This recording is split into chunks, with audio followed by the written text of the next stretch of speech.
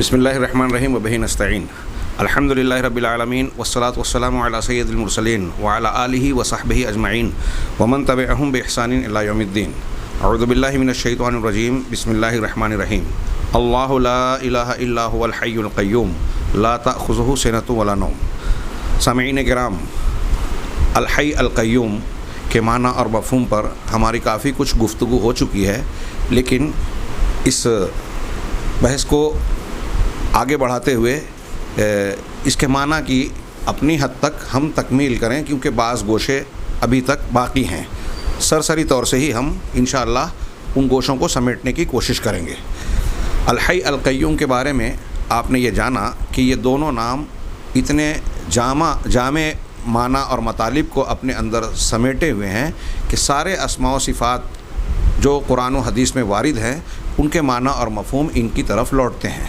علامہ ابن ابی العز، جن کی کچھ تشریحات میں نے پچھلے کچھ دروس میں ذکر کی تھی، ان کا اس سلسلے میں آخری حصہ یہ ہے کہ انہوں نے ارشاد فرمایا کہ فعلی ہذین الاسمین مدار الاسماء الحسنى کلھا، کہ ان دونوں ناموں پر تمام اسماء حسنہ کا مدار ہے، دار و مدار ان دونوں ناموں پر ہیں، کیونکہ تمام اسماء حسنہ اور صفات علیہ کے معنی اور مطالب ان دونوں اسماء یعنی الحی القیوم کی طرف لوٹتے ہیں۔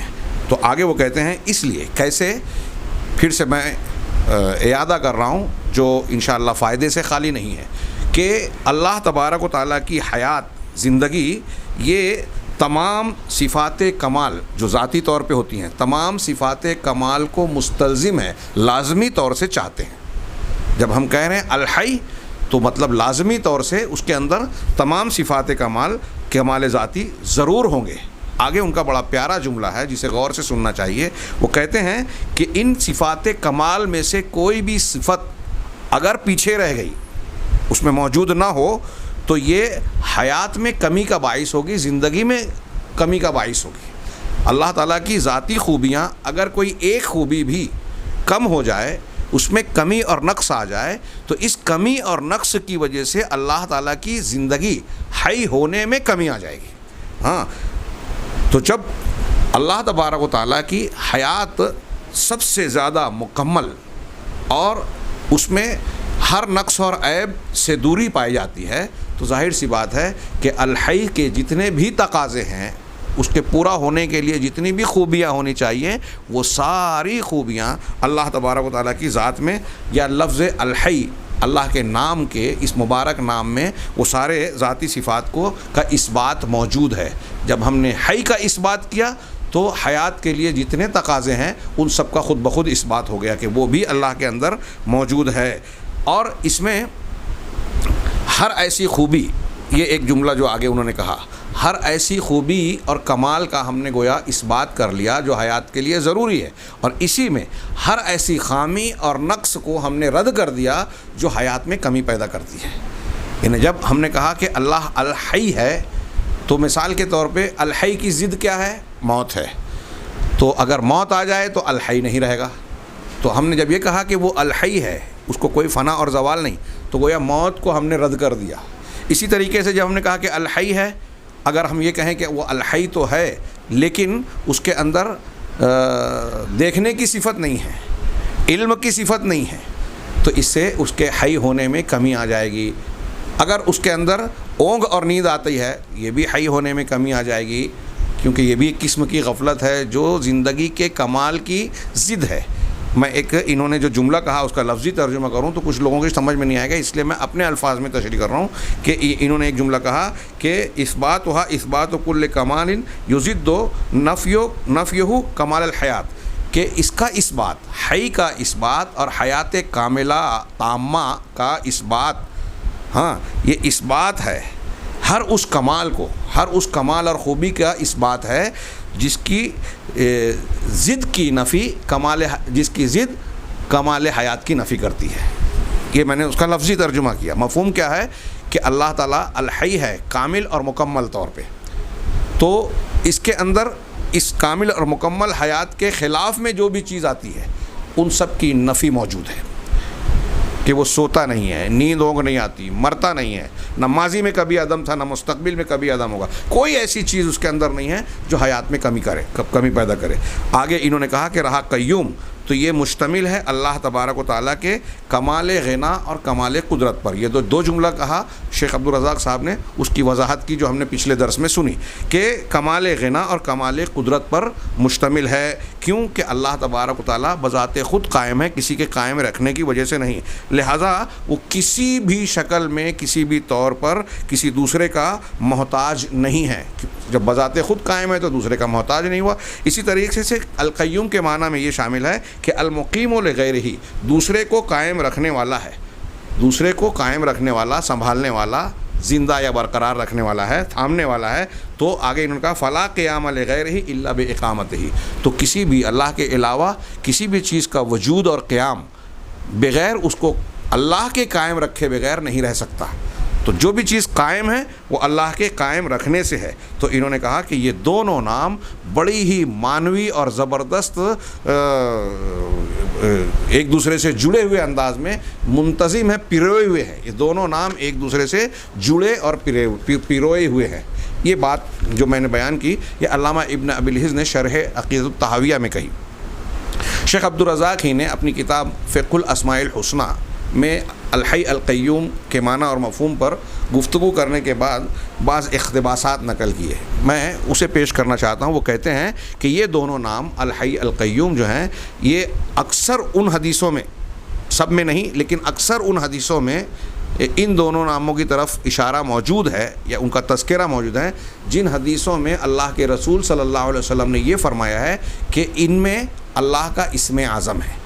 ہاں، علامہ ابن قیم کہتے ہیں کہ اللہ تبارک و تعالیٰ کی صفت حیات یہ اس کی تمام صفات کمال کو مشتمل ہے، شامل ہے، گھیرے ہوئے ہے۔ ہاں، اور جو کہ اس کی حیات کے لیے لازم ہے۔ اسی طرح اللہ کی صفت قیومیت مشتمل ہے اس کے تمام افعال کی صفات کو۔ اسی لیے علامہ ابن قیم کہہ رہے ہیں کہ اسی لیے یہ اللہ کا وہ اسم اعظم ہے کہ جس کے ذریعے سے دعا مانگی جائے تو قبول کرتا ہے اللہ تعالیٰ، اور جب اس کے ذریعے سے کوئی چیز مانگی جائے، سوال کیا جائے تو اللہ تبارک تعالیٰ اس سے نوازتا ہے، وہ سوال پورا کرتا ہے۔ ہاں، اور یہ نام جو اسم اعظم ہے یہ الحی القیوم ہے۔ علامہ ابن قیم نے یہ بات اپنی کتاب زاد المعاد میں کہی ہے، یہ جلد 4 صفحہ نمبر 204 کے حوالے سے۔ انہی کا دوسرا قول ہے، امام ابن قیم رحمہ اللہ فرماتے ہیں کہ اللہ تبارک و تعالیٰ کا اسم اعظم ان دونوں قرآن کی آیتوں میں ہے۔ قرآن کی 2 آیتوں کی طرف اشارہ کیا اور کہا کہ اللہ کا اسم اعظم ان 2 آیتوں میں ہے۔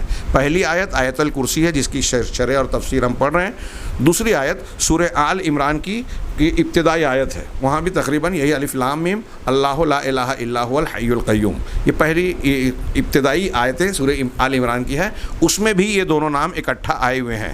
تو کیوں اس کو کہا علامہ ابن قیم نے، تو اس کی وجہ یہ بیان کرتے ہیں کہ حیات کے صفت کے تمام صفات ذاتیہ پر مشتمل ہونے کی وجہ سے اور قیومیت کے صفت کے تمام افعال کی صفت پر مشتمل ہونے کی وجہ سے یہ علامہ ابن قیم کہہ رہے کہ چونکہ یہ الحی اور القیوم اللہ کی صفات کمال اور صفات افعال تمام کو اپنے اندر سمیٹے ہوئے ہیں، اس لیے یہ اسم اعظم کا معنی اور مفہوم یا درجہ رکھتے ہیں۔ اسی طریقے سے امام ابن قیم نے یہ بھی ذکر کیا کہ یہ دونوں نام دعاؤں کی قبولیت میں اپنا بہت زبردست اثر رکھتے ہیں۔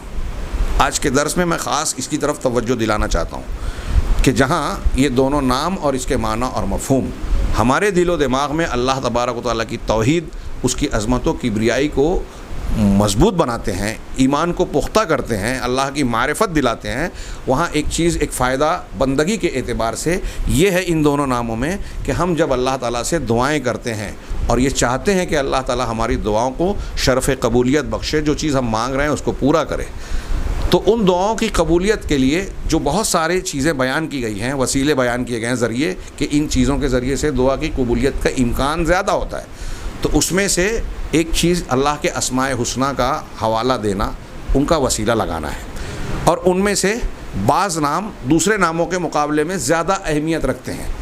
ابھی اس سے پہلے رب العالمین اور ربوبیت کا رب کا معنی پڑھتے ہوئے ہم نے کہا کہ اکثر انبیاء کرام کی دعاؤں میں رب کے لفظ سے اللہ کو پکارا گیا، ربنا رب اغفر لی.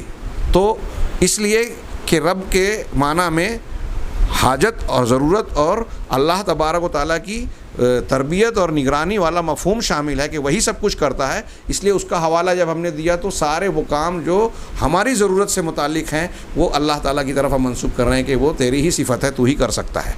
ایسے ہی یہ الحی القیوم کے جو جامع معنی ہے اس کی بنیاد پر علامہ ابن قیم رحمہ اللہ فرما رہے ہیں کہ ان دونوں ناموں کے واسطے سے دعا مانگنا بہت زیادہ اثر رکھتا ہے اور قبولیت کا امکان رکھتا ہے. تو کہتے ہیں کہ ان دونوں ناموں کے ذریعے سے دعا کی تاثیر میں عظیم جو ہے اثر پیدا ہو جاتا ہے. خاص طور سے ایسی چیزیں جو انسان کو غم، کرب، فکر، ٹینشن کی شکل میں پریشان کرنے والی مصیبتیں ہیں.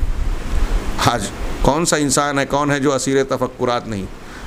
آپ کسی بھی انسان کی زندگی میں جھانکیں، اگر اس سے جھانکنا اس کے لیے قابل اعتراض نہ ہو، میں ٹوہ لگانے کی بات نہیں کہہ رہا ہوں، اس معنی میں کہ اگر کسی انسان کی زندگی کا جائزہ لیں تو ہر انسان کی زندگی میں کوئی ٹریجڈی، کوئی المیہ اور کوئی دکھ بھری کہانی نظر آئے گی. اور موجودہ ماحول میں جب وبا عام ہو گئی ہے، کورونا کی وبا چل رہی ہے، تو اس کے جلوں میں کتنی پریشانیاں چل رہی ہیں. معیشت کا چکا جام ہو گیا، مزدور اور مفلوق الحال لوگ جو ہے نقل مکانی پر جو ہے مجبور ہوئے، راستوں میں جو دقتیں دشواریاں ہو رہی ہیں، اموات ہو رہی ہیں، بھوک پیاس کا سامنا ہے، خودکشیاں لوگ کر رہے ہیں، ہمارے بہت سارے قریبی لوگ جو ہے اس دنیا سے رخصت ہو رہے ہیں، اقربا رشتہ دار انتقال کر رہے ہیں.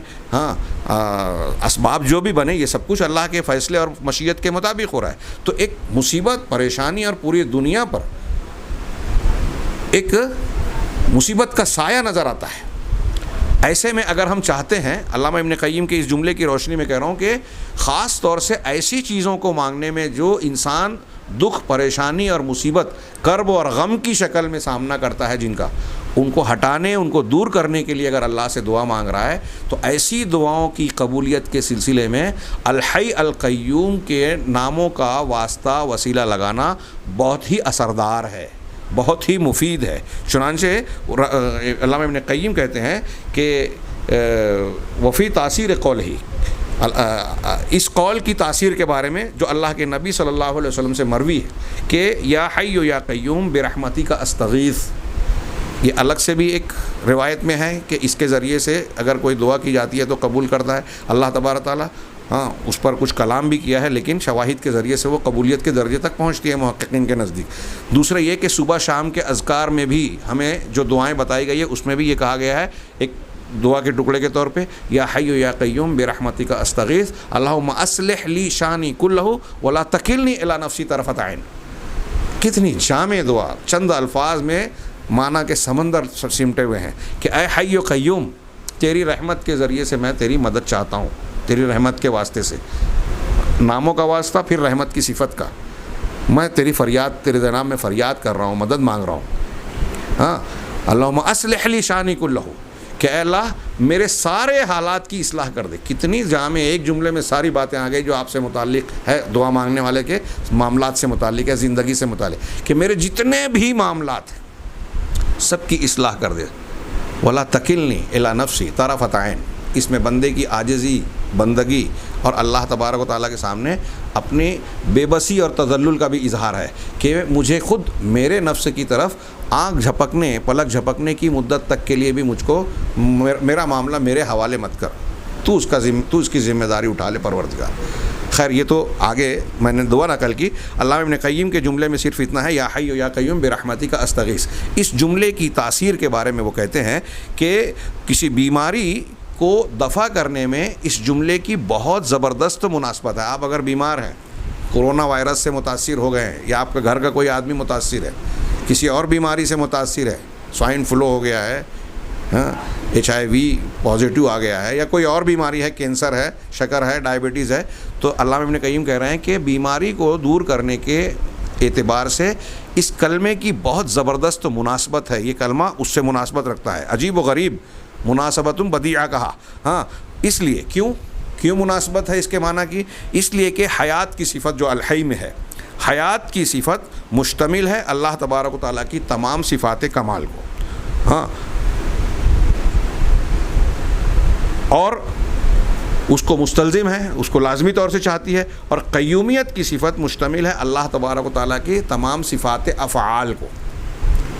اب اللہ کی ذات کے اندر جو ساری خوبیاں ہیں، اللہ کے کاموں میں جو سارے معاملات اللہ کی قدرت اور طاقت سے کے لوٹتے ہیں، وہ سب ان دونوں ناموں میں آ گئے. تو اب ظاہر سی بات ہے کہ ایک آدمی بیمار ہو رہا ہے تو بیماری کو دینے والا اور بیماری کو ہٹانے والا اسی کے نام اور اسی کی صفات سے جڑا ہوا معاملہ ہے. لہٰذا اس نام کا حوالہ دے کے اب آپ یہ کہہ رہے ہیں کہ پروردگار مجھے اس بیماری سے چھٹکارا دے دے، شفا دے دے، تو کہا کہ یہ بڑی زبردست تاثیر والی بات ہوگی. اسی لیے کچھ عبارت کے بعد کہا انہوں نے، علامہ ابن قیم نے، کہ اسی لیے یہ دونوں نام اللہ کا وہ اسم اعظم ہیں جس کے ذریعے سے دعا مانگی جائے تو قبول ہوتی ہے، اور جس کے ذریعے سے سوال کیا جائے تو اللہ تعالیٰ نوازتا ہے. اور وہ نام ہے الحی القیوم. اور حیات تامہ یعنی مکمل زندگی وہ ہے جو ہر قسم کی بیماری اور آلام اور مصیبتوں کی ضد ہے. اگر ہم کہتے ہیں کہ بھائی بھرپور زندگی جی رہا ہوں، ایک جملہ بولا جاتا ہے کہ فلاں نے بھرپور زندگی جی، تو بھرپور زندگی بیمار آدمی نہیں جی سکتا. بخار کی حالت میں میٹھی چیز بھی کڑوی لگنے لگتی ہے، زندگی کی لذتیں بے مزہ ہو جاتی ہیں، مزہ کرکرا ہو جاتا ہے. تو اب وہ زندگی حقیقی زندگی نہیں رہی، یا اس میں کمی، نقص اور خامی پیدا ہو گئی. تو علامہ ابن قیم وہی بات کہہ رہے ہیں کہ جو زندگی مکمل زندگی ہوگی، اس کا ترجمہ ہم کر لیں محاورے کے اعتبار سے، جو بھرپور زندگی ہوگی، خوشگوار زندگی ہوگی، وہ ہر قسم کی بیماری، ہر قسم کی مصیبت کے خلاف ہے. اگر آپ کی زندگی میں بیماریاں اور مصیبتیں آ گئی تو زندگی میں ایک طریقے کی خوشگواری کا فقدان ہو گیا، کمال کی کمی ہو گئی، مکمل زندگی، بھرپور زندگی نہیں رہی. اسی لیے جب اہل جنت کی، علامہ ابن قیم کا ہی جملہ ہے، اس کا ترجمہ کر رہا ہوں، کہ اہل جنت کی زندگی کامل زندگی ہوگی. کہا نا کہ جب جنت میں جائیں گے تو دنیا کے جو دکھ، پریشانیاں، مصیبتیں، دقتیں، دشواریاں ہیں، یہ سب جنت سے رفو چکر ہو جائے گی. وہاں جنتیوں کو نیند بھی نہیں آئے گی کیونکہ وہ موت کی بہن ہے. ہاں، پیشاب پاخانے کی ضرورت پیش نہیں آئے گی، کوئی بیماری نہیں آئے گی، ناک سے رینٹ نہیں نکلے گی، بلغم نہیں ہوگا. ہاں، اس کی بجائے جو ہے پسینے کی شکل میں انسان کے جسم سے چیزیں خارج ہوگی، اور وہ بھی مشک اور عنبر کی، اور وہ بھی دنیا کی نہیں، ایسی جس کا ہم آج تصور نہیں کر سکتے. یہ بھی اہل علم نے تشریح کی ہے، علامہ ابن قیم نے بھی کسی دوسرے مقام پر، کہ جنت کی جو نعمتیں ہیں، اور ہم سے کہا گیا کہ جنت میں سیب ہوگا، انار ہوگا، فلاں ہوگا، ڈھیما ہوگا. تو اب ہم دنیا میں جن چیزوں کو جانتے ہیں اس کا ایک تصور دیا گیا، لذت کے اعتبار سے، حقیقت کے اعتبار سے یہ کچھ تو مشابہت رکھتی ہے وہ جنت کی ان چیزوں سے، لیکن حقیقی طور سے اس کی لذت دنیا میں آئی ہی نہیں ہے، ہم نے اس کا مزہ چکھا ہی نہیں ہے. وہ ایسی چیز ہوگی جہاں نہ کسی آنکھ نے دیکھا، نہ کان نے سنا، نہ دل پر کھٹکا گزرا. تو ظاہر سی بات ہے کہ زبان ویسا مزہ دنیا میں کہاں چکھے گی. تو دنیا میں جو نعمتیں ہیں جس کا حوالہ دیا گیا کہ جنت میں ایسی ایسی ہوگی، وہ دراصل جنت کی نعمتوں کا ایک ہلکا تصور ہے، بہت ہلکا. دنیا کا جو عذاب ہے، پریشانیاں ہیں، بیماریاں ہیں، تکلیفیں ہیں، یہاں کی آگ ہے، یہ جہنم کی آگ کا ہلکا سا تصور ہے، جہنم کی مصیبت کا ہلکا سا تصور ہے. اور اللہ نے ڈرایا ہے کہ جہنم میں اس سے کئی گنا زیادہ جہنم میں ڈالے جائیں گے. تو دنیا کی آگ میں جیسے یہ جو یہاں کی ہلکی سی آگ ہے، جب اس میں تھوڑی دیر میں آدمی جھلس کر کوئلہ ہو جاتا ہے، ہاں، اور 50% کے اوپر گیا تو مر جاتا ہے، وہاں جس کے بارے میں کہا کہ 70 اجزاء میں سے صرف ایک حصہ دنیا میں ہے، باقی 69 گنا زیادہ شدید ہے. جہنم کی آگ کالی ہے، پیلی یا لال نہیں ہے. صحابہ نے پوچھا جلانے کے لیے تو یہی کافی تھی. کہا ہاں، لیکن اللہ نے اس کو تو کیا یہ ہمارا اللہ ہمیں محفوظ رکھے، دنیا کا جو وجود ہے انسان کا، وہ اس آگ میں ٹک پائے گا؟ بہت دور سے ہی ختم ہو جائے گا. تو بتایا کہ جس کا جیسا گناہ ہوگا نا، ویسے اس کی چمڑیاں اور کھالیں موٹی ہوگی. کسی کی 70 گز موٹی، کسی کی روایتوں میں موجود ہے. تو بتانا یہ مقصود ہے کہ یہ جو بات کہی جا رہی ہے جہنم کے عذاب اور جنت کی نعمتوں کی، ان کے بارے میں دنیا میں جو چیزیں قرآن و حدیث میں بیان ہوئی ہیں، وہ ان کا بہت ہلکا تصور ہے. تو دنیا کی جو زندگی ہے وہ ہماری بہت ناقص زندگی ہے. اس کے مقابلے میں مخلوق ہی کے اعتبار سے خالق کی حیات تو خالق کی حیات ہے، ہمارے ان کی مشابہت نہیں ہے. ہم اگر جنت میں جائیں، اللہ ہمیں اور آپ کو اس کا مستحق بنائے، اس میں داخل کرے، تو ہم جنت میں جو جنتی ہوں گے ان کی زندگی ہوگی دنیا کی زندگی کے مقابلے میں وہ انتہائی کامل ہوگی. کیوں؟ اس لیے کہ جنتیوں کی زندگی میں رخنا پیدا کرنے والی، خلل ڈالنے والی، نقص اور بے لذتی پیدا کرنے والی کوئی چیز نہیں ہوگی، کوئی بدمزگی نہیں ہوگی، نہ کوئی بیماری بخار ہوگا، نہ کوئی مصیبت اور پریشانی ہوگی، نہ کوئی دکھ ہوگا، کوئی ایسا معاملہ ہوگا. تو علامہ ابن قیم کہتے ہیں کہ جب اہل جنت کی زندگی کامل زندگی ہوگی جس میں کہ انہیں کوئی ہم و غم، کوئی حزن و ملال، غم و اندوہ لاحق نہیں ہوگا، ہاں، اور نہ ہی آفات اور مصیبتوں میں سے کوئی چیز ان کا سامنا کرے گی یا ان پر وارد ہوگی، ہاں، تو ان کی زندگی کامل ہوگی. ان کی زندگی کے کمال کا معنی بتا رہے ہیں. اور اب دنیا میں جو مصیبتیں ہیں، آفتیں ہیں، بیماریاں ہیں، ہم و غم ہیں، ٹینشن ہے، تو اس کو دور کرنے کے لیے اسی لیے واسطہ لگایا الحی القیوم کا. یہ زیادہ مفید اور اثردار ہے، یہ سمجھانا چاہ رہے ہیں. اسی طریقے سے زندگی کا نقصان یا زندگی میں کمی جو ہے وہ افعال میں کمی پیدا کرتی ہے. آپ ایک کام کر رہے ہیں محنت سے، مشقت سے، لیکن آپ کے اندر آپ کو بخار آ گیا، آپ لیٹنا چاہتے ہیں، کام نہیں کرنا چاہتے، تو یہ پریشانی ہے. وہ تنافی القیومیہ، اور یہ جب افعال میں کمی آتی ہے، افعال میں خامی پیدا ہوتی ہے، تو یہ قیومیت کے خلاف ہے. تو کہا تو اللہ کی قیومیت کا کمال اس کے کیا ہے،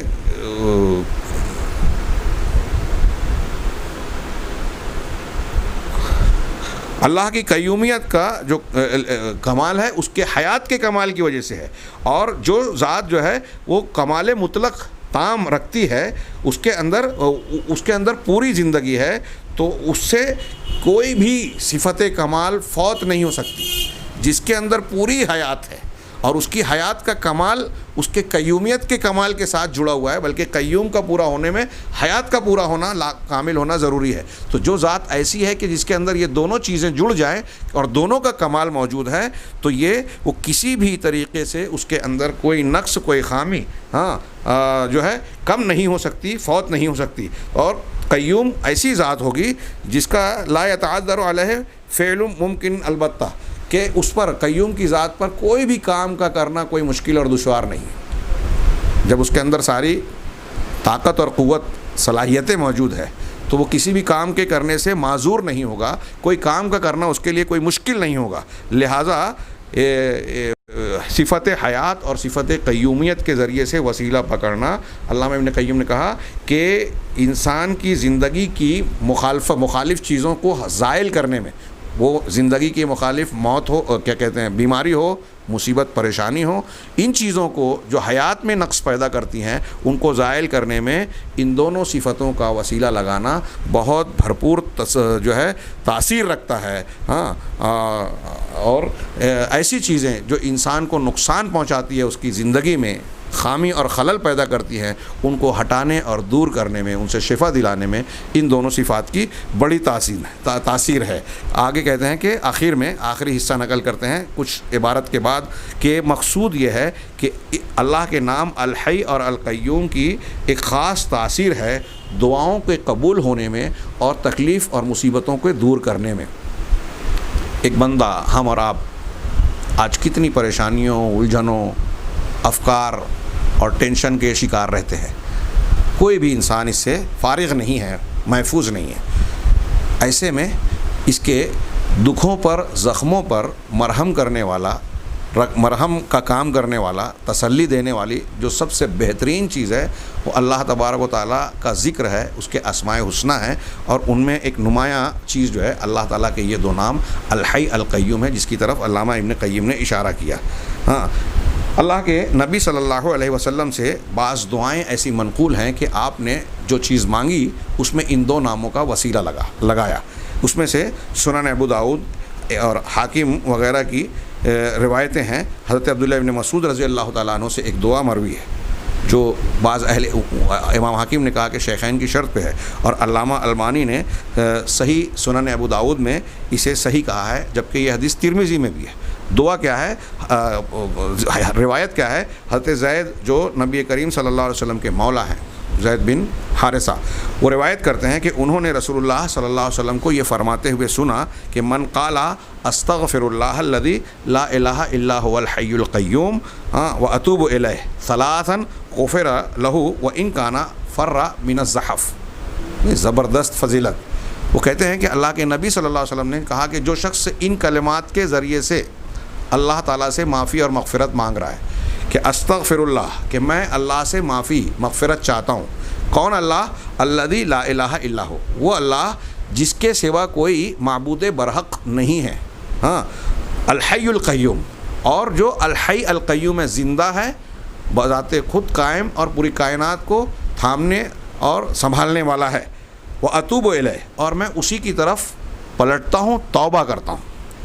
یہ کلمات کہ میں اس اللہ کے جناب میں معافی مانگ رہا ہوں، ہاں، جس کے سوا کوئی معبود برحق نہیں، الحی القیوم ہے، اور اسی کی طرف پلٹتا ہوں، توبہ کرتا ہوں. کہا جو 3 مرتبہ یہ کلمات کہے گا، 3 مرتبہ یہ دعا مانگے گا، اللہ کے رسول نے فرمایا کہ اس کو غفر لہ، اس کو معاف کر دیا جائے گا، اس کی بخشش ہو جائے گی. وَإِن كَانَ فَرَّ مِنَ الزَّحْفِ، اگرچہ کہ وہ جنگ میں پیٹھ دکھا کر کیوں نہ بھاگا ہو، دشمنوں کے مقابلے میں بزدلی اور پیٹھ دکھانے والی جو ہے جرت کی ہو، کا جرم کیا ہو، جو کہ کبیرہ گناہوں میں شمار کیا جاتا ہے. اگر ایسا گناہ بھی کیا ہوگا تو اللہ کے رسول صلی اللہ علیہ وسلم فرما رہے ہیں کہ یہ کلمات 3 مرتبہ، ظاہر سی بات ہے کہ خلوص کے ساتھ کہے گا، تب توبہ اور استغفار کے لیے جو دل میں ندامت ہونا چاہیے اور آئندہ گناہ پھر سے نہ کرنے کا جذبہ ہونا چاہیے، یہ توبہ کے قبول ہونے کی جو شرائط بیان کی گئی ہیں، اس کے ساتھ اگر وہ یہ 3 مرتبہ یہ کلمات کہے گا تو اس کے گناہ بخش دیے جائیں گے. اسی طرح صبح شام کے اذکار میں جو ابھی میں نے پیش کیا تھا، یا حی یا قیوم برحمتک استغیث اصلح لی شانی کلہ ولا تکلنی الی نفسی طرفۃ عین. اسی طرح حضرت انس کی وہ روایت ہے جس کا میں نے ذکر کیا تھا کہ آپ نے فرمایا کہ اگر کسی کو کوئی مسئلے میں تکلیف ہو رہی ہے، کسی پریشانی کا شکار ہو گیا ہے، تو وہ یہ کلمات کہے، یا حی یا قیوم برحمتک استغیث. اس میں حدیث میں اگرچہ کلام ہے، لیکن اہل تحقیق نے کہا کہ شواہد کے ذریعے سے مل کر یہ حدیث حسن درجے کو پہنچ جاتی ہے. اسی طریقے سے ایک حدیث جو بخاری مسلم میں، اس میں بڑی شاندار اور جاندار ایک دعا آئی ہے تہجد کے لیے. جب ہم نمازیں پڑھتے ہیں تو شروع میں ثنا وغیرہ پڑھتے ہیں، اللہم باعث بینی و بینہ پڑھتے ہیں. تہجد کے لیے بعض اور بھی دعائیں مذکور ہیں، اور یہ ایک دعا جو اللہ کے رسول صلی اللہ علیہ وسلم قیام اللیل یا تہجد کے لیے اٹھ کر نماز پڑھتے ہوئے یہ دعا پڑھتے تھے. علامہ شیخ عبدالرزاق نے اس کی حدیث، جامع حدیث کی، کیونکہ اس میں عقیدے کی بنیادیں سمٹی ہوئی ہیں، تشریح پر ایک کتابچہ اور رسالہ لکھا ہے. اور امام اجوری کا قول بھی اس میں منقول ہے جو انہوں نے ذکر کیا ہے کہ مسلمان ہر مومن بندے کو اس جامع دعا کو یاد کر لینا چاہیے. اگر کسی کو تہجد کا نصیبہ اور حصہ ملا ہے تو وہ اس میں یہ ضرور پڑھے، اور اگر نہیں مل سکا، یعنی آپ تہجد نہیں پڑھ پا رہے ہیں، تو اس دعا کو عام حالات کے لیے بھی یاد کر لیں، کیونکہ بہت ہی جامع اور ایمان کی بنیادوں کو، عقیدے کی بنیادوں کو اپنے اندر سمیٹے ہوئے ہیں.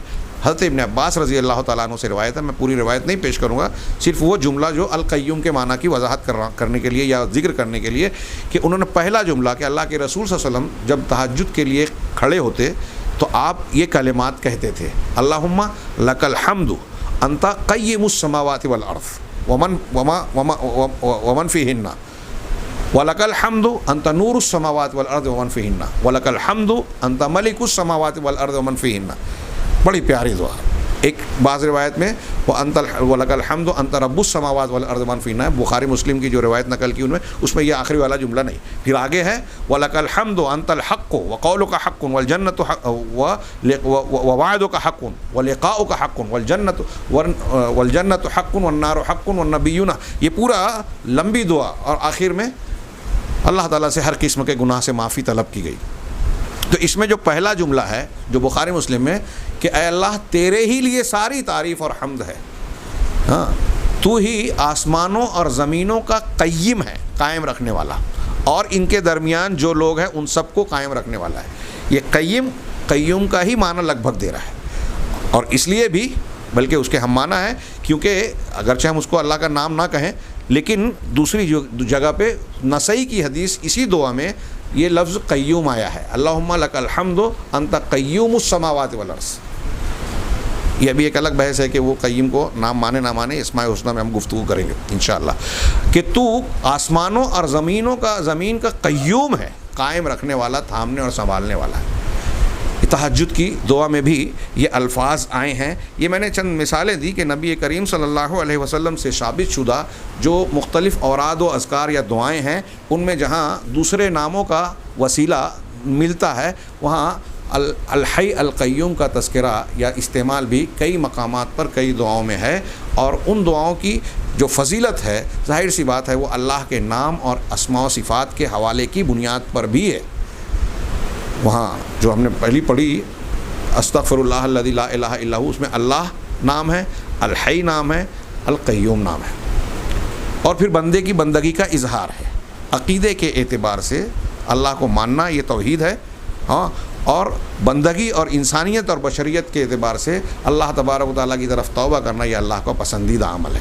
یہ دو چیزیں اگر کسی بندے کے نامہ اعمال میں بھرپور آ گئی تو اس کے بارے میں لوگ کہتے ہیں کہ اس کی نجات اور اللہ کے ہاں کامیابی کی بہت مضبوط امید ہو جاتی ہے۔ یہ الحی القیوم کے معنی اور مفہوم سے متعلق کچھ باتیں میں نے تذکرہ کی۔ آئیے آگے بڑھتے ہیں۔ اللہ کے آیت الکرسی کا جو اگلا جملہ ہے اسے سرسری طور سے دیکھ لیں، اس لیے کہ چونکہ جو اگلا جملہ ہے لا تأخذہ سنۃ ولا نوم، کہ اللہ کی ذات وہ ہے الحی القیوم ہے، ہاں، کوئی بھی اللہ کی طرح نہ زندہ ہے نہ کائنات کے کاموں کا کرنے کا یارہ قدرت اور طاقت رکھتا ہے، لہٰذا اسی کی پوجا کی جائے، اسی کی عبادت کی جائے، وہی حقدار ہے، کوئی دوسرا کیوں ہو۔ آگے الحی القیوم کے معنی کی تکمیل کرتے ہوئے رب العالمین نے فرمایا لا تأخذہ سنۃ ولا نوم، اسے نہ اونگ آتی ہے نہ نیند۔ تو آگے میں اپنی بات کہوں اس کی بجائے یہ ان کی عبارت جو میں نے ہی ترجمہ کیا ہے اس کا صرف آپ کے سامنے اعادہ کر دوں اور معنی بہت اچھی طرح واضح ہو جائے گا۔ کہتے ہیں کہ السنہ نیند کی ابتدا اور شروعات کو کہتے ہیں، اونگ ہم بھی اس کا ترجمہ کہتے ہیں، اونگ ترجمہ کرتے ہیں، یہ ہلکی جھپکی یا اونگ ہے، ہاں، ایک قسم کی غنودگی ہوتی ہے۔ اسی طریقے سے النوم نیند کو کہتے ہیں، جو بہت معروف چیز ہے، سبھی لوگ جانتے ہیں۔ اللہ عز و جل اپنی حیات کے کامل ہونے، زندہ ہے اس کے کمال کو اور اپنی قیومیت کے کمال کی بنا پر ان دونوں چیزوں یعنی اونگ اور نیند سے پاک، صاف اور منزہ ہے۔ اگر یعنی جسے اونگ اور نیند آئے اس کی زندگی میں کمی اور قیومیت میں نقص ہے۔ یہاں یہ میں نے قوس لگایا، غور کیجئے صرف اس پر کہ دنیا میں جن لوگوں کو لوگ پوچھتے ہیں اگر وہ انسان تھے، جن تھے، تو اب ان کی زندگی کیا اللہ کی زندگی کی طرح ہے؟ کیا وہ قیومیت میں تھوڑا سا بھی کچھ حصہ رکھتے ہیں؟ %، 1% کا بھی کچھ لاکھواں حصہ کیا رکھتے ہیں؟ کون سی دلیل ہے؟ لوگ کہتے ہیں کہ بھائی اللہ نے فلاں کو یہ اختیار دے دیا، اس کی کوئی دلیل ہے؟ کوئی دلیل کہیں کسی کے پاس موجود نہیں۔ اللہ نے کسی کو تصرفات کائنات میں کوئی حق، کوئی اختیار اور شرکت نہیں دی۔ اس کا قرآن میں جگہ جگہ رد کیا، لہو ملک السماوات والارض آگے آ رہا ہے، اسی کے پاس سارے اختیارات ہیں، اور وہی اکیلا القیوم ہے، وہی اکیلا الرب ہے، وہی اکیلا الحی ہے، وہی اکیلا الصمد ہے۔ تو اللہ نے ہم یہاں یہ کہہ رہے ہیں کہ ایسی نیند، اور اب ہم دنیا میں کتنے لوگوں کو لوگ پوچھ رہے ہیں کیا کیا مان رہے ہیں، لیکن دیکھ رہے ہیں کہ وہ سوتے ہیں، مرتے ہیں، ان کو موت آتی ہے، مختلف قسم کی دوسری غفلتیں آتی ہیں، بے توجہیاں آتی ہیں، تو یہ سب زندگی میں اور قیومیت میں نقص پیدا کرتی ہیں۔ کائنات کا نظام چلنے والا، پچھلے دروس میں نے مثال دی تھی جو علامہ ابن کثیر نے حضرت موسیٰ کے واقعے کے حوالے سے نقل کی تھی، تو اس میں یہ ہے کہ اگر 2 شیشے کا برتن لے کر آپ کھڑے رہیں اور آپ اسے لے کر کھڑے آپ کو اونگ آ جائے، نیند آ جائے اور آپ کی گرفت یا پکڑ کمزور پڑ جائے تو وہ گر جائیں گے، ٹوٹ جائیں گے۔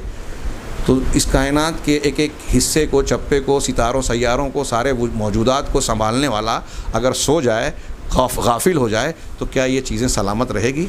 ظاہر سی بات ہے کہ نہیں۔ تو اللہ کے شایان شان بھی نہیں ہے کہ اس کو نیند اور اونگ آئے، چنانچہ وہ ان صفات سے منزہ اور پاک ہے۔ رہے انسان اور دیگر مخلوقات تو وہ زندہ ہیں مگر انہیں موت آتی ہے، ہم زندہ تو ہیں، موت آتی ہے۔ اسی طریقے سے نیز انسان کی زندگی میں راحت و آرام کے کچھ اوقات سے خلل اور کمی واقع ہوتی ہے۔ جب ہم سو جاتے ہیں تو ہماری زندگی میں ایک قسم کا فل اسٹاپ لگ گیا، وقفہ ہو گیا، جملہ مترزہ کی طرح بیچ میں ایک چیز ایسی آ گئی جس میں زندگی بھرپور نہیں ہے، غفلت آ گئی، ہاں اس اور وہ موت کی مشابہت آ گئی. اور اس لیے کیوں یہ سوتا ہے انسان، آرام کیوں کرتا ہے؟ اس لیے کہ وہ تھکن اور شکستگی سے دوچار ہوتا ہے. نیند کا انحصار انسان کی تھکن اور مشقت پر ہے. جب انسان تھک کے چور ہو جاتا ہے اور نیند کی آغوش میں چلا جاتا ہے تو اس سے راحت و سکون اور تازگی پاتا ہے. آپ رات میں تھک کے بستر پر لیٹ گئے، سو گئے، نیند مکمل ہو گئی، جب آپ بیدار ہوئے تو آپ کے اندر پھر سے ایک نشاط، تازگی آ گئی، پھر سے وہ شکستگی اور تھکن دور ہو جاتی ہے. یہ عجیب و غریب اللہ کی نعمت ہے. ہاں لہٰذا انسان اپنے ضعف یعنی کمزوری، نقص یعنی خامی اور احتیاج کی بنا پر نیند کا محتاج ہے. وہ سوتا بھی ہے اور اونگتا بھی ہے، تھکتا بھی ہے، شکستہ بدن بھی ہوتا ہے اور بیمار بھی ہوتا ہے. اب جس کا معاملہ ایسا ہو کہ وہ خود نقص اور کمی کا شکار ہے، اس کی عبادت کیوں کر کی جائے، کسی انسان کی، کسی مخلوق کی، اور عبادات کو اس کی طرف کس لیے پھیرا جائے؟ کیا جواز ہے اس کا؟ اگر انسان اس کو سمجھ لے ہوئے اللہ کے ان صفات کو تو اس کی طرح کسی اور کو نہ مانے. اس مقام پر اب یہاں یہ لا تاخذہ سنۃ ولا نوم کی تشریح کی، اور چونکہ بہت واضح معنی ہے اور الحی القیوم کے معنی کی تشریحات میں یہ چیز کئی مرتبہ آ چکی ہے، لہٰذا میں اس سلسلے میں اتنے پر اکتفا کرتے ہوئے جو آگے شیخ نے جو وضاحت کی ہے اس کی تھوڑی سی وضاحت تھوڑا سا بیان کر دوں کہ یہاں ایک بڑا پیارا عقیدے کا اللہ کے اسماء و صفات کے بارے میں ایک بڑا خوبصورت قاعدہ معلوم ہوتا ہے. وہ یہ کہ اس مقام پر ایک بڑا مفید قاعدہ بھی معلوم ہوتا ہے کہ قرآن میں آنے والی ہر نفی سے اللہ عز و جل کے لیے نفی کی گئی صفت کی مخالف صفت یعنی اس کی جو ضد ہے اس کا کامل ہونا ثابت ہوتا ہے. یہ بڑا خوبصورت قاعدہ ہے.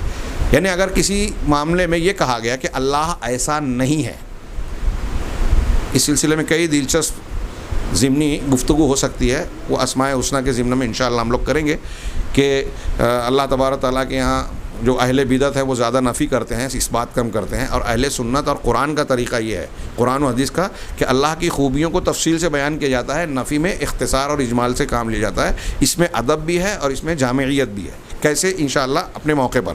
یہاں صرف یہ قاعدے کی وضاحت کروں کہ اللہ تبارک و تعالیٰ کے بارے میں جب یہ کہا جاتا ہے کہ اللہ ایسا نہیں ہے تو یہاں صرف نفی محض مراد نہیں ہوتی. اگر کسی کے بارے میں یہ کہا جائے کہ وہ ایسا نہیں ہے تو یہ نفی محض ضروری نہیں ہے کہ تعریف ہی ہو. اگر میں یہ کہوں کہ جس کرسی پر میں بیٹھا ہوا ہوں یہ جاہل نہیں ہے، بات تو صحیح ہوگی، لیکن کیا یہ اس کرسی کی تعریف ہے؟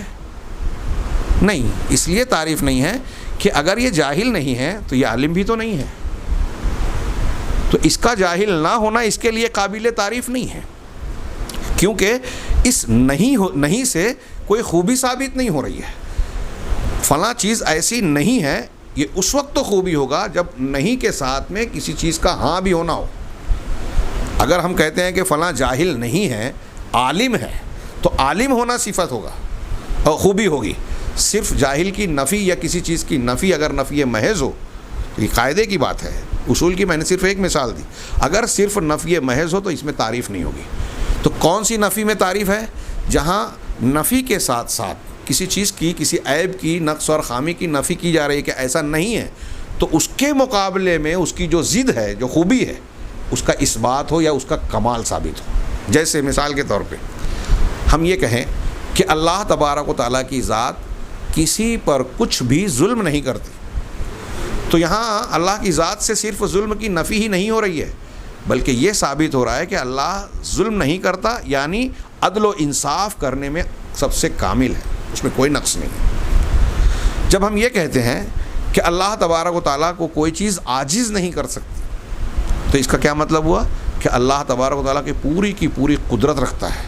قرآن میں جب یہ آیا کہ لا یعزب عنہ مثقال ذرۃ فی السماوات ولا فی الارض، اللہ کی ذات وہ ذات ہے کہ آسمانوں اور زمین میں کوئی ایک ذرہ برابر چیز بھی اس سے اوجھل نہیں ہوتی، اس سے چھپ نہیں سکتی، اس کے علم یا اس کے دیکھنے سے کے دائرے سے باہر نہیں ہو سکتی. تو اب کہا کہ اللہ تعالیٰ سے کوئی چیز اوجھل نہیں ہو سکتی، تو کیا مطلب ہے؟ اس کی ضد جو ہے، اس لیے کہ اللہ تعالیٰ کا علم کامل ہے، اس کا دیکھنا، سننا، ساری چیزوں کا احاطہ کرنا، یہ صفات پوری پائی جاتی ہے. تو اوجھل نہیں ہوتی، اللہ تعالیٰ بھولتا نہیں ہے، وما کان ربک نسیہ، بھولتا نہیں ہے، اللہ تبارک و تعالیٰ کی علم سے کوئی چیز باہر نہیں ہے. یہ جو جملے بولے جا رہے ہیں تو اس نفی کے ساتھ ساتھ اس کی ضد والی جو خوبی ہے اس کا اثبات بھی ہو رہا ہے.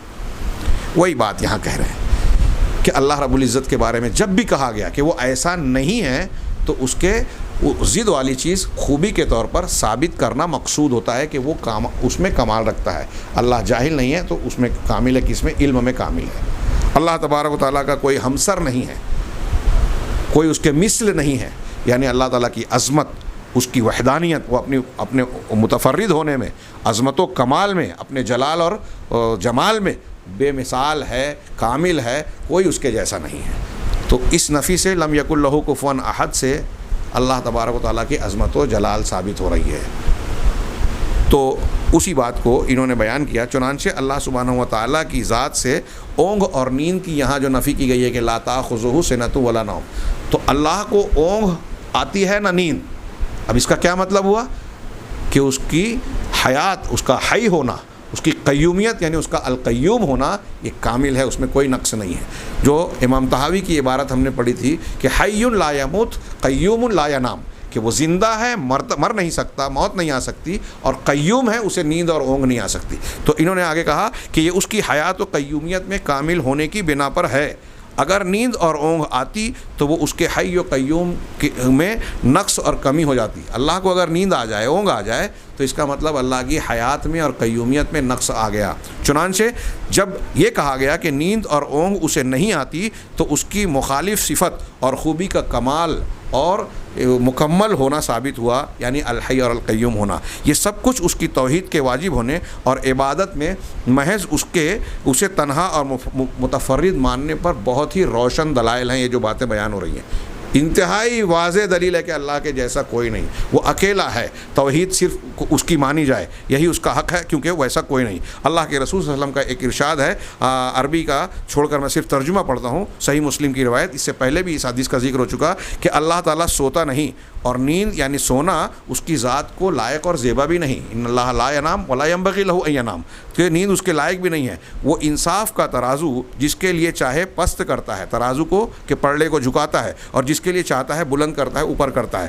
یہ سب حدیث کا ترجمہ کر رہا ہوں. دن سے پہلے رات کے عمل اور رات سے پہلے دن کے عمل اس کی طرف اٹھائے جاتے ہیں. اس کا حجاب نور ہے، اس کے سامنے نور کا پردہ ہے. ہاں، اللہ کا نام بھی ہے، اسماء و صفات میں ہم نور پر بحث کریں گے انشاءاللہ. اگر وہ اس حجاب کو ہٹا دے جو مخلوق اور اللہ کے درمیان حائل ہے اور اللہ نے اس کو درمیان میں رکھا ہے، اگر وہ حجاب کو ہٹا دے تو اس کے چہرے کی تجلیاں تمام چیزوں کو جلا دیں جن تک اس کی نگاہ پہنچے گی. ہاں، اللہ تبارک و تعالیٰ کی ذات یقیناً بلند و بالا ہے. معلوم یہ ہوا کہ اللہ تبارک و تعالیٰ اللہ لا الہ الا ہو، اللہ اس کے سوا کوئی معبود برحق نہیں ہے، عبادت کے لائق نہیں ہے، اس لیے کہ تنہا اسی کی ذات ہے اور کوئی نہیں جو حی ہو، کامل زندگی والا، قیوم ہو، پوری کائنات کے نظام کو چلانے سنبھالنے والا، اور ایسی ذات ہو جسے موت نہ کبھی آ سکتی ہے نہ آئی ہے، ہمیشہ سے موجود ہے، ہمیشہ زندہ رہنے والی ذات ہے. اس کی موت میں اس کو نہ زوال اور فنا ہے، نہ اس کی زندگی میں کوئی نقص اور خامی آنے والی ہے. اسی طریقے سے وہ قیوم اس درجے کا ہے کہ اسے اونگ تک نہیں آتی. نیند آنا تو بڑی بات ہے، کسی اور قسم کی غفلت کے آنے کا سوال ہی پیدا نہیں ہوتا. اب دنیا میں جو مر گیا، جو سو گیا، جو غافل ہو گیا، وہ نظام کیسے چلائے گا؟ آپ اس سے مانگیں گے تو وہ آپ کی دعا کیسے سنے گا جب اس کے اندر یہی صلاحیت نہیں ہے، نظام چلانے کی صلاحیت نہیں ہے، وہ القیوم کی کوئی صفت نہیں رکھتا؟ تو آپ کی مشکل کو کیسے آسان بنائے گا؟ آپ کی ضرورت کو کیسے پورا کرے گا؟ اس کائنات کے نظام میں کیسے اثر انداز ہوگا؟ جب وہ ایسا کوئی نہیں ہے تو پھر وہ عبادت کے لائق بھی کوئی نہیں ہے. صرف وہی ذات عبادت کے لائق ہے جو الحی القیوم ہے، جس کو نیند اور اونگ نہیں آتی، اور وہ صرف اللہ کی ذات ہے. اللہ تبارک و تعالیٰ سے دعا ہے کہ وہ ہمیں قرآن سمجھنے اور خاص طور سے صحیح عقیدے کو سمجھ کر اسے اختیار کرنے کی توفیق عطا فرمائے، اور اسی پر ہمیں زندہ رکھے، اسی پر ہماری موت ہو، اور اس کے ذریعے سے ہمیں نجات ملے. وآخر دعوانا ان الحمد للہ رب العالمین.